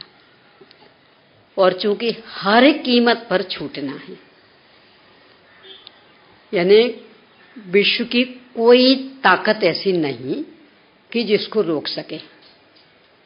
और अपन तो मरने वाले हैं नहीं, मात्र ट्रांसफर होना है। तो ट्रांसफर में तो और नया नया नया नया सब कुछ मिले तो बुरा लगता कि अच्छा लगता? यानी यहां से आपको कलकत्ता ले जाए कोई, कहे चलो हम घुमाएंगे, सब चीज नई नई नई नई, तो रोगे ना, अरे सब मुंबई तो छोड़ना पड़ेगा, इस संतवाणी का फ्लैट तो छूट जाएगा, रोना आएगा खुशी खुशी। तो मरने यानी सब कुछ नया, यानी ये शरीर भी जो सड़गल गया सुनता नहीं, और बिल्कुल नया मिलेगा, बिल्कुल फ्रेश। बाकी भी संयोग, जितना ज्यादा जिनके बीच में जीवन बीत जाता ना तो बेइज्जती होने लगती, वहां तो सब नया होगा। अपन घरों में भी देखते हैं ना, जब बच्चा आता है कितना स्वागत होता उसका, कितना लाडला होता, और फिर धीरे धीरे धीरे पिटाई भी लगने लगती। जब नया नया होता तो कितना लाडला सबका, सब हाथों हाथों हाथों झेलते। तो अपन किसी नई जगह पे जाएंगे तो घाटा कहाँ है? शरीर भी नया, बिल्कुल सब पैंच पुर्जे सब बिल्कुल फ्रेश ताजे, वातावरण भी नया, तो सबके लाडले बनेंगे, क्या परेशानी। और व्यवस्था भी इतनी सुंदर। मैं तो कभी कभी इसको ऐसा कहती हूँ, ये जो कलेक्टर आदि के ट्रांसफर होते हैं ना, उनमें सारी व्यवस्था सरकार देती। यानी मान लो हुआ कि साहब यहां से आपको पूना जाना है, तो उसको कुछ नहीं करना पड़ेगा। वो सरकारी कर्मचारी आएंगे, किस गाड़ी से जाना वो आपसे पूछ लेंगे, तो उसका रिजर्वेशन वे स्वयं करके आएंगे, करवा के आएंगे, और आएंगे यहाँ आपके एक एक सामान की लिस्ट बनाएंगे और फिर सारा सामान पैक करेंगे। आपको नहीं करना पड़ेगा, आप आराम से बैठो। तो वे कर्मचारी आएंगे, वे पैक करेंगे, फिर जहाँ जाना है वहाँ वे स्वयं इस तरह का ही बढ़िया से बढ़िया मकान देखेंगे, वहाँ सारा सामान जमाएंगे व्यवस्थित, और वो जो लिस्ट थी उससे मिलाएंगे। और एक सुई भी खो गई होगी ना, तो सरकार की ओर से हर जाना, आपका एक नया पैसा खर्च नहीं होगा। आप तो बस उनके साथ यहाँ से उठ के वहाँ चले जाना, और यहाँ जैसे बैठे थे वैसे वहाँ बैठ जाना, बाकी सब भी जमाएंगे। यानी एक सुई जितना भी नुकसान नहीं होगा आपका। कदाचित हो गया होगा तो वो सरकार से मिलेगा, आपके ऊपर कोई बोझ नहीं आएगा। अब ऐसा ट्रांसफर होना है। अब वो घबराए, हे भगवान ट्रांसफर, हे भगवान ट्रांसफर। कौन होगा बोलो? नियम से बेईमान होगा। क्यों? अन्यथा उसे परेशानी क्या है भाई? हमें सामान रखना हो, उठाना हो तो फिर भी समस्या, सब कहां तक करेंगे? पर अपने आप नौकर चाकर सब आके कर रहे हैं, हमें कुछ ही नहीं करना, तो हमें क्या? आप तो रोज करो ना ट्रांसफर, हमारा क्या बिगड़ता? करो रोज। पर कौन घबराएगा कि जिसको ये लगने लगा होगा कि इतने साल से मुंबई में रहे हैं, यहाँ के लोगों से तो परिचित हो गए, तो खूब जेब भरने के लिए अवसर मिल जाता है। चाहे जितना चाहे जिससे ऐंठ हो दे देते। वहां बिल्कुल नई जगह पे जा रहे, यदि वहां ऐसे लोग नहीं मिले तो, यानी घूस खाने को नहीं मिला तो वही घबराएगा ट्रांसफर से, बाकी तो नहीं घबराएगा कोई। अब ऐसे ही अपन सोचें, मृत्यु यानी एक प्रकार का ट्रांसफर, और कर्म की इतनी सुंदरतम व्यवस्था कि अपने को कुछ नहीं करना। वो गत्यानुपूर्वी कर्म आएगा, कितने मोड़े से ले जाना, कितने का चक्कर लेना, कहाँ जन्म होना, सब वो सारी व्यवस्था सुंदरतम कर्म करेगा। हमें कुछ नहीं खोजना, कौन सा मकान, कौन सी माँ, कौन से पिता, कौन से, कुछ नहीं। वो कर्म सारी व्यवस्था कर देगा, बस आप तो बैठ जाओ, यहाँ से उठो और वहां बैठ जाओ। कितने मोड़ वाली गति से जाना, हमें सोचना पड़ेगा कि एक से जाना कि दो से जाना। वो कर्म अपने आप पूरा बिल्कुल रिजर्वेशन तो वो करेगा। और सब नया नया मिलना, तो अब घबराहट के लिए कहाँ अवसर। कि इन सब यहाँ तो इन सबसे परिचय हो गया ना, तो सबको हम अपनी मुट्ठी में दबाए रहते, सबको कठपुतली बना के नचा रहे, और वहां ऐसे लोग नहीं मिले तो इसलिए डर लग रहा। तो बस यही तो बेईमानी है। यानी यहां भी तो कोई कहाँ है अपना, हाँ, तो वहां भी कैसे अपना होगा, और जो अपना है वो तो अपने साथ है। ये सोच रहेगी तब कहीं समाधि पूर्वक मरण होगा।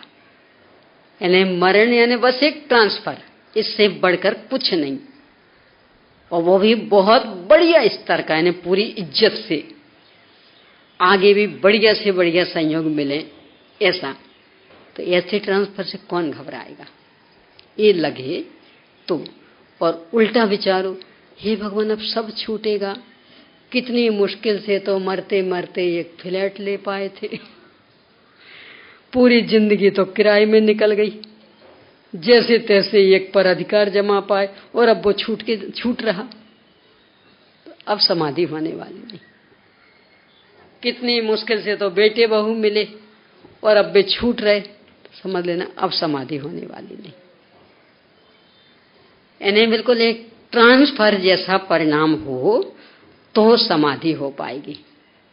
और वो जो संयोगों की असारता में लिया था ना, वो पूरा प्रकरण, ये सब अनित्य हैं, अशरण हैं, अशुचि हैं। किसका सहारा लेना चाहते हैं, और हम में कमी कौन सी है, आवश्यकता क्या है। और उस समय डॉक्टर वैद्य आदि कोई भी किसी भी रूप में काम नहीं आ सकते, तो क्यों इनके चक्कर काटना। इस तरह की तैयारी चाहिए पहले से, यानी मानसिक तैयारी। और कुछ भी यहां छूटता है तो उसमें संतुलन ना बिगड़े, इस तरह की मानसिकता। यानी मान लो ये मेरा है, खो गया, हे भगवान कहाँ गया होगा, कौन ले गया होगा, अब इसके बिना कैसे चलेगा, किससे पूछें, कहाँ खोजें। तो इतने से एक के खो जाने में इतनी तकलीफ हो रही। मरण का मतलब ये जितना जोड़ा ना, सब कुछ का खोना। तो जब एक चीज खो रही तो इतने बेहवल हो रहे, तो जब सब चीजों के खोने का नंबर आएगा तब क्या हालत होगी। ये अभ्यास यहां करना पड़ेगा। कहने हमारी थी कहां, तो बेहवल होने के लिए हमें कहां अवसर। तो ये मानसिकता यहां तैयार होगी, तब कहीं जब सब कुछ छूटने का नंबर आएगा, यानी मरण मतलब जिन जिन को अपना बना के रखा, अपना मान के रखा, अपने अधिकार में लेके रखा, जिससे अपना बड़प्पन मान रहे, उन सबका एक झटके में छूट जाना। तो उनके छूटने से बिल्कुल भी बेहवलता ना हो, इसके लिए स्वयं पर का भेद विज्ञान कितना दृढ़तम चाहिए, और शरीर के प्रति की अनासक्ति कितनी ही दृढ़तम, तब कहीं समाधि हो पाएगी। तो ये तैयारी करें अभी से। यानी ये संकल्प जैसे ही लेके चले कि शरीर तो बीमारियों का घर, आए दिन बीमारियां सतानी हैं, परेशान करने। तो ये संकल्प कुछ भी हो, हम तो अपने आदर्श भगवान को बनाएंगे। आदि आई थी ना सनत कुमार चक्रवर्ती, तो हम तो उनको बनाएंगे अपना आदर्श। कह रहे कोई दवा हो, ये नहीं, ये हमारे आदर्श नहीं है। हमारे आदर्श तो कौन से, कि दवा निरंतर मौजूद और बिल्कुल सही सफलतम दवा, रामबाण औषधि, फिर भी हमें नहीं काम में लेना। हमारे आदर्श तो ये हैं। ये नहीं कि तब बताओ तो सही कोई दवा आपको आती हो, कोई इस रोग का अच्छा सा डॉक्टर हो, बताओ। ये नहीं है हमारी आदर्श। तो कौन है आदर्श? स्वयं के पास दवा इतनी सरल, इतनी सस्ती, और फिर भी हमें काम में नहीं लेना, सो नहीं लेना, इतनी दृढ़ता हो। तो वो यहां जब कोई से भी छोटे छोटे रोग आते, उस समय वो दृढ़ता बढ़ाओ। आचार्य कुंद कुंद स्वामी ने अष्टपावड़ में, मोक्ष पावड़ में, जहां तक तो 16वीं या 60वीं ऐसी कुछ गाते तो है ना अष्टपावड़। प्रवचन नहीं, प्रवचन में तो 2 ही भाग हैं। मोक्ष पावड़ में है गाथा। आप गाथा की पंक्ति से खोज सकते हैं, नंबर में शायद मैं थोड़ी सी मिसगाइड हो रही हूँ। सुहेण भाविदम नाणम दुहे जादे विनस्तति, ये वाली गाथा है। सुहेण भाविदम नाणम, यानी सुहेण भाविदम इस शब्द से खोजना, जहां तक 60 नंबर की होनी चाहिए, लगभग 60 या 16, 2 में से कोई एक, जहां तक तो 60 होगी। 16वीं मेरे ख्याल से बरवय तवे ही ये वाली है, और ये वाली 60वीं होगी। देख लेना, सुहेण भाविनम नानम, इन शब्दों से खोजना। पूरा भाव क्या उसका, बिल्कुल अपने ऊपर घटित होने वाली बात।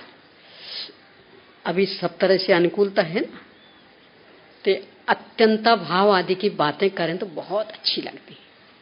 क्या गजब का सिद्धांत।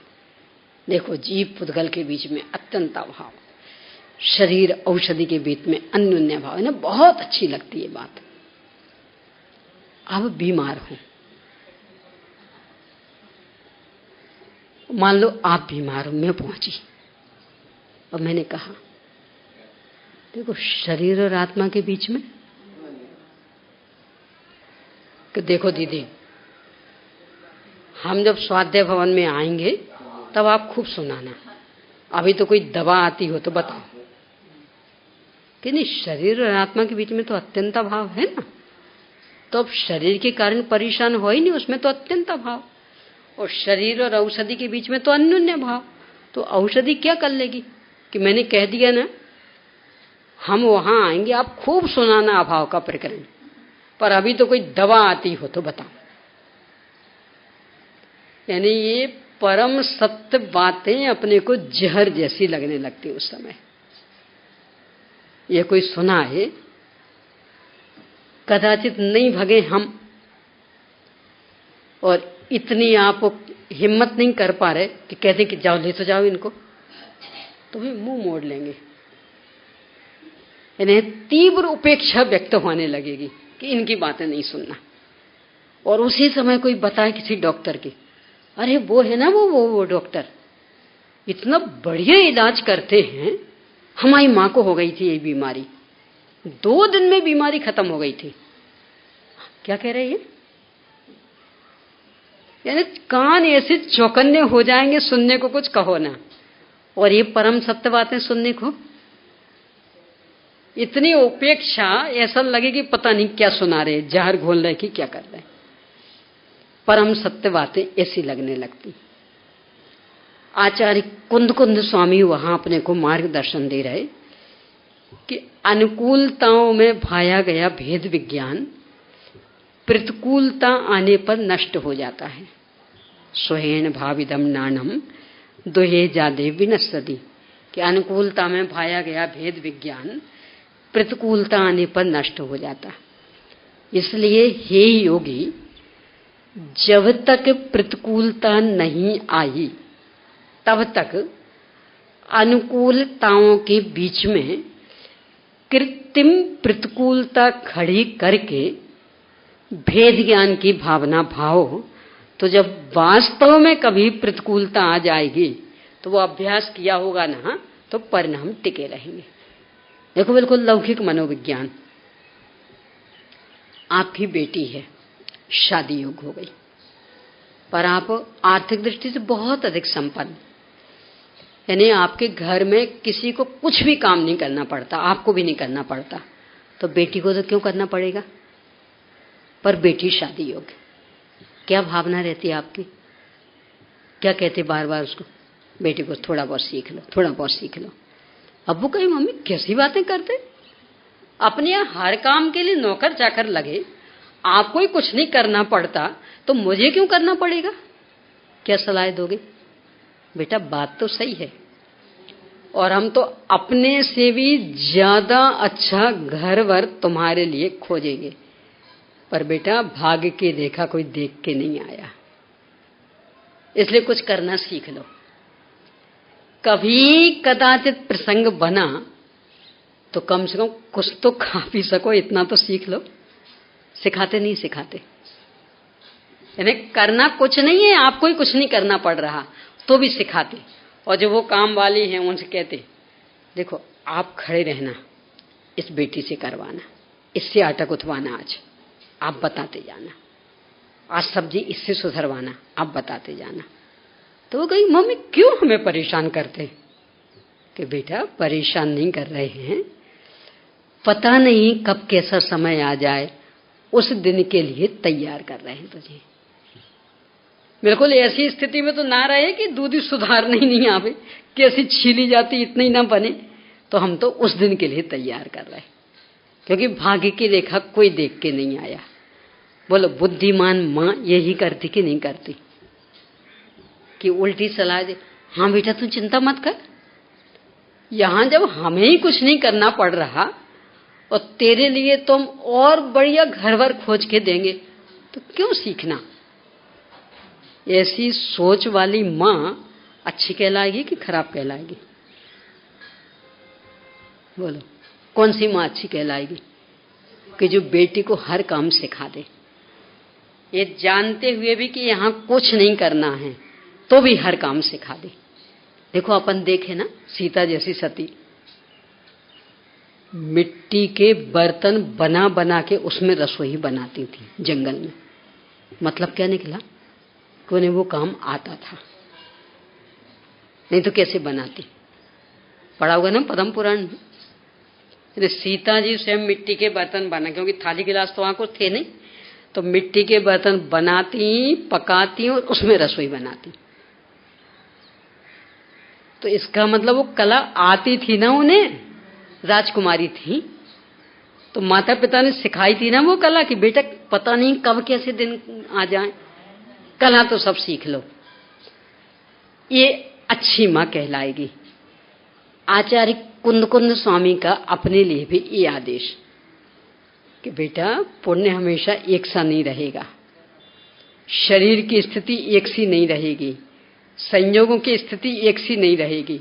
तो जब तक सब ओर से बहुत बढ़िया बढ़िया चल रही है ना, इस बीच में ही नकली प्रतिकूलता खड़ी करके, असली तो अभी है नहीं, नकली तो नकली करोगे तो चूंकि अभी तकलीफ तो है ही नहीं। जैसे ऐसा लें कि मान लो मैंने सोचा आज तो पैरालिसिस हो गया हाथ में, अब हाथ उठ नहीं रहा, अब वो अकड़ा पड़ा है ऐसा, और अभी असलियत में तो हुआ नहीं, तो बेचैनी तो है ही नहीं, अभी तो नाटक चल रहा। तो अब सोचो आज घर में कोई भी नहीं है और हाथ में तो पैरालिसिस है, वो यूं हो ही नहीं रहा, अकड़ा है वो तो लकड़ी जैसा, और कोई है ही नहीं पास में, पानी देने वाला भी कोई नहीं। अब सोचो क्या चिंतन करोगे कि परिणाम नहीं बिगड़े। तो चूंकि अभी असल में तो तकलीफ है नहीं, यानी असल में तकलीफ हो तो फिर थोड़ी अलग मुसीबत, पर अभी तो कोई नाटक कर रहे तो चिंतन अभी तो चल जाएगा आराम से। यदि ऐसा कई बार कर लिया तो वास्तव में कदाचित पैरालिसिस हो गया और पाप का ऐसा ही उदय आया कि कोई नहीं हो पास में, तो भी वो जो चिंतन का संस्कार था वो उस समय आपको अडिग रखेगा, वो विचलित नहीं होने देगा।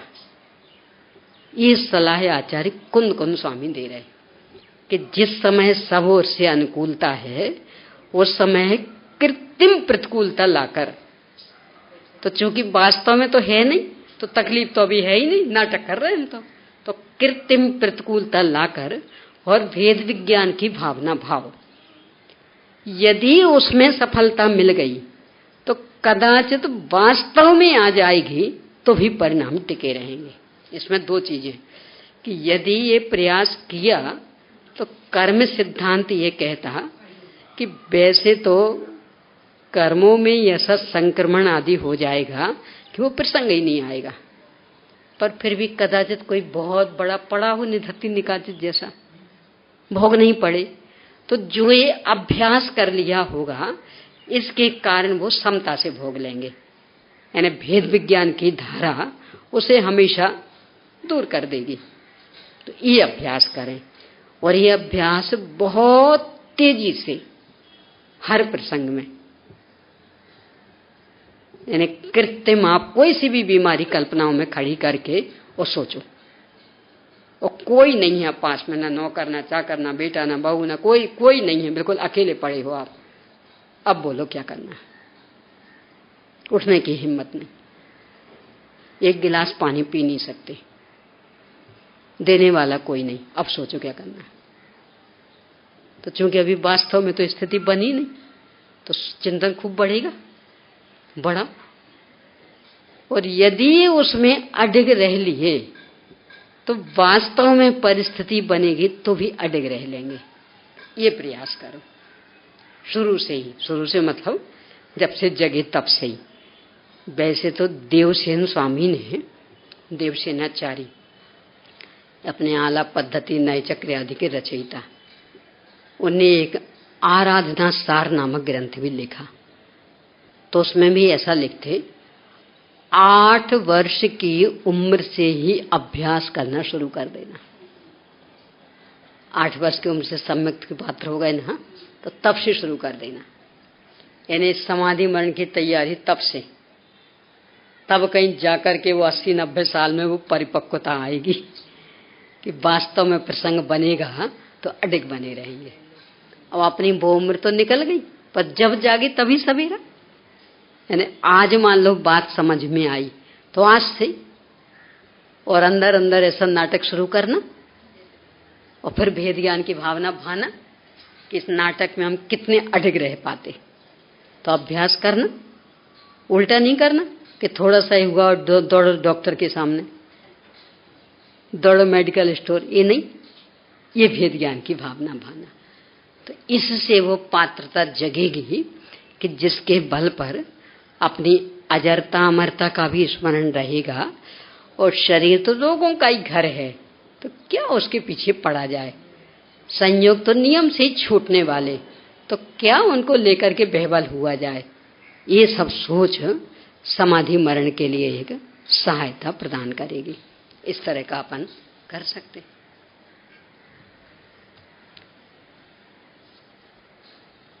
कलश 2 समय सार में प्रत्यगात्मना शब्द का शब्दार्थ और भावार्थ बताइए।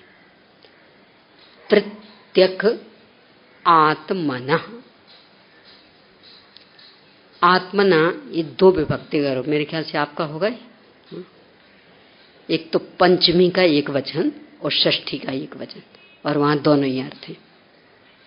प्रत्यक एकदम स्पष्ट, यानी आत्मानुभव में आया होगा।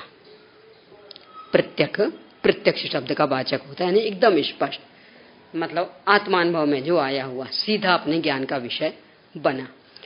तो जो सीधा अपने ज्ञान का विषय बना है, ऐसा शाश्वत आत्मा, तो उस आत्मा से अथवा आत्मा का, यानी पंचमी का एक वचन और षष्ठी का एक वचन, दोनों में एक ही रूप बनता है आत्मना। तो उस आत्मा से संपूर्ण पर और संपूर्ण पर्याय पूर्णतया भिन्न, एक। दूसरा, उस आत्मा की संपूर्ण पर पदार्थों और संपूर्ण पर्यायों से पूर्णतया भिन्नता। ऐसे शाश्वत आत्मा को जो दिखाती है, उस सरस्वती की मूर्ति को स्मरण किया, और वो जयवंत वर्ते यानी आशीर्वादात्मक नमस्कार किया। ये भी एक नमस्कार की पद्धति, युग युग जियो, ये नमस्कार, यानी ऐसी जिनवाणी जयवंत वर्ते, तो आशीर्वादात्मक नमस्कार। तो प्रत्यगात्मना यानी एकदम प्रत्यक्ष, यानी हमारे ज्ञान का सीधा ज्ञेय बना, और पर से पूर्णतया भिन्न, पर्यायों से पूर्णतया भिन्न, तो ऐसे आत्मा का अथवा आत्मा से, ये प्रत्यगात्मना। वस्तुत्व गुण और वीर्य गुण में अंतर क्या है? ये तो अलग अलग एकदम। वस्तुत्व गुण के कारण प्रत्येक द्रव्य के, प्रत्येक गुण की, प्रत्येक पर्याय अपने अपने लिए पूर्णतया सार्थक काम करती, प्रयोजनभूत काम करती। यानी अपन अपने राग द्वेष से देखें तो भले अपने को लगे कि ये तो नहीं होना चाहिए था ऐसा, पर उसकी ओर से देखें। देखो अपन उदाहरण लेने से, अपन सीता जी की ओर से देखते हैं तो लगता नहीं रावण को ऐसा व्यवहार नहीं करना चाहिए था, क्यों हरण किया, नहीं करना चाहिए था। पर रावण की गति की ओर से देखें कि जिसको अभी इतने लंबे काल तक संसार में रहना था तो परमशील का पालन करते हुए रह सकता था। नरक में जाना था तो बहुत आरंभ और बहुत परिग्रह का काम किए बिना जा सकता था।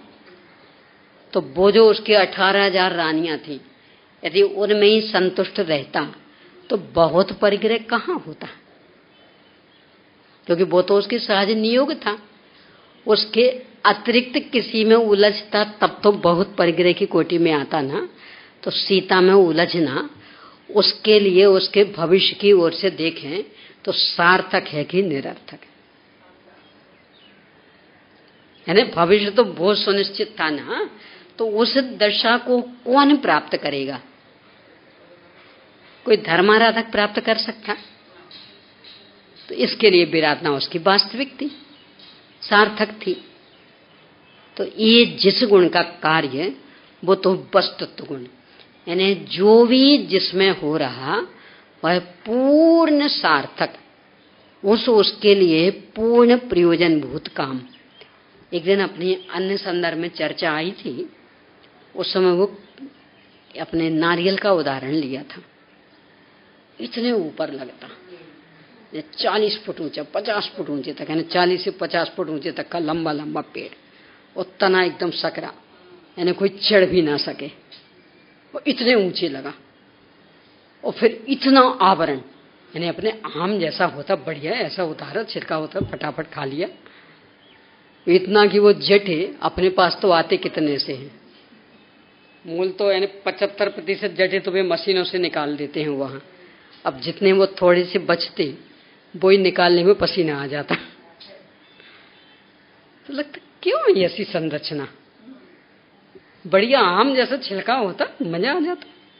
कि उसकी ओर से देखो, जो इतने ऊंचे लगता है, समुद्री किनारों पर लगता है, तो यदि वो आम जैसा छिलका होता, आज जहां से अपन गाड़ी में बैठे थे ना, वहां वो वही उसके ऊपर ही वो आम का पेड़ था, तो वहां से गिरे होंगे तो कैसे पिछले हुए पड़े थे।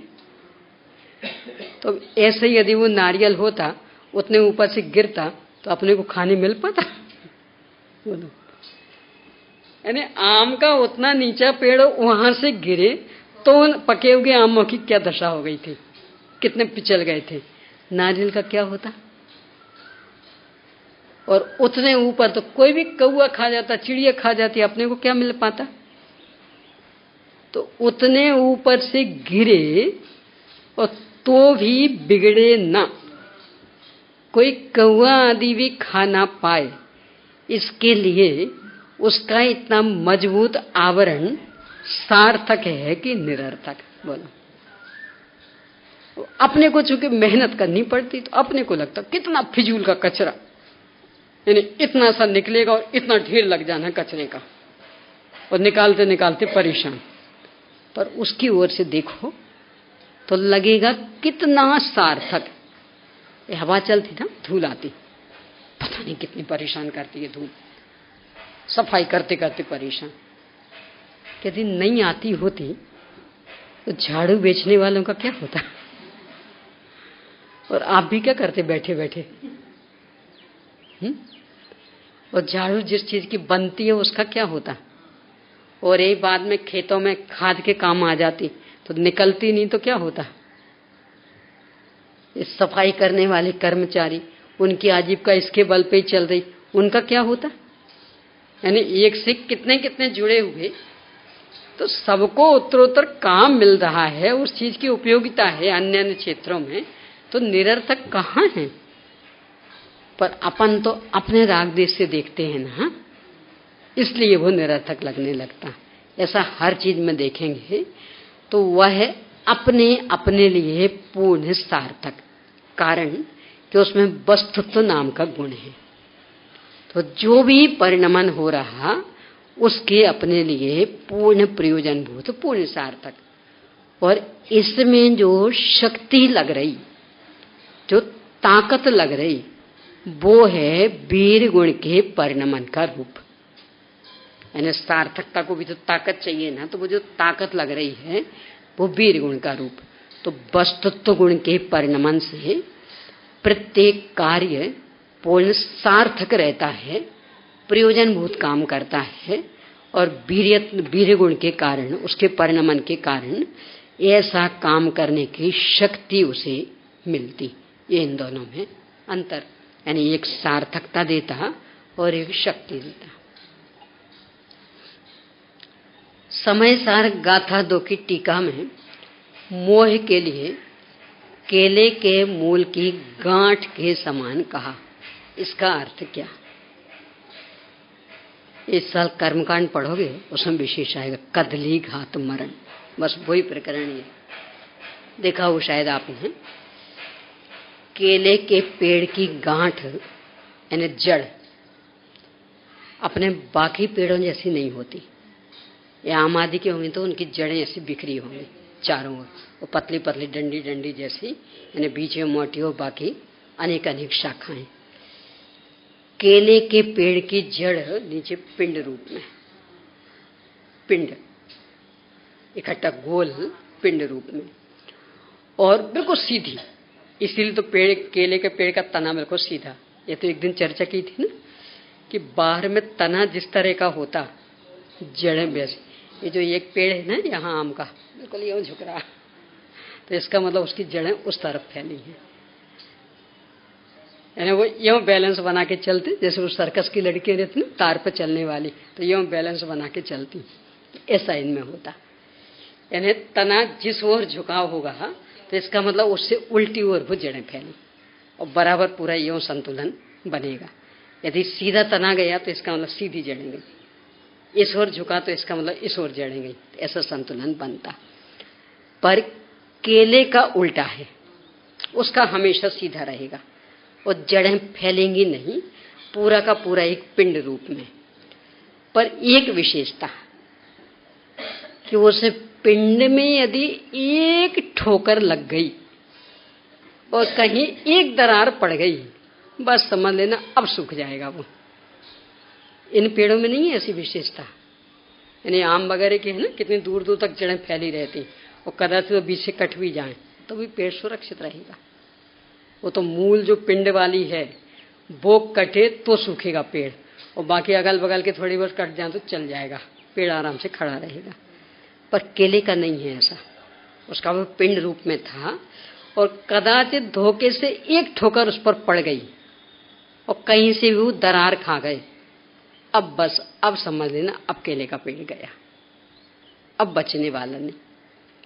यहां कह रहे मोह भी ऐसा, जब तक वो अखंड रहता है बहुत पुष्ट होता रहता, बहुत फलता फूलता, 28 भेदों में 4 गति 84 लाख योनि में भटका है, खूब खूब फलता फूलता।